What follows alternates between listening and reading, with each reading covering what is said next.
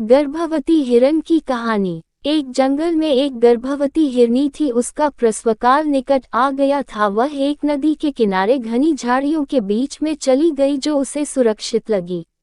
अचानक उसे प्रसव पीड़ा शुरू हो गई। उसी समय आसमान में काले काले बादल छा गए और बिजली कड़कने लगी, जिससे जंगल में आग भड़क उठी। उसने अपने बाईं ओर देखा तो वहां एक शिकारी तीर का निशाना उसकी ओर लगाए हुए खड़ा था। उसने दाईं ओर देखा तो एक भूखा शेर उस पर घात लगाए हुए उसकी ओर बढ़ रहा था।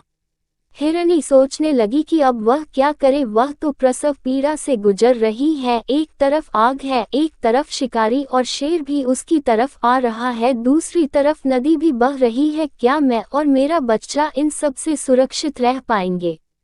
फिर उसने अपना सारा ध्यान अपने बच्चे को जन्म देने में लगा लिया। बाकी सब कुछ ईश्वर के भरोसे छोड़ दिया।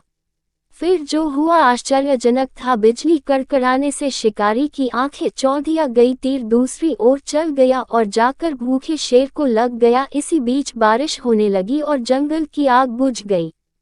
इधर हिरनी ने एक स्वस्थ बच्चे को जन्म दिया। दोस्तों, ऐसी समस्याएं कभी कभी हमारे सामने भी आ जाती है, तब हमें कोई भी रास्ता नहीं सूझता है। इन विपरीत परिस्थितियों में नकारात्मक होने के बजाय हमें अपने काम पर सकारात्मकता के साथ लगे रहना है। जब अपने हाथ में कुछ भी ना हो तो सब कुछ ईश्वर के हाथ में सौंप देना चाहिए। वह जो करेगा अपने लिए बढ़िया ही करेगा।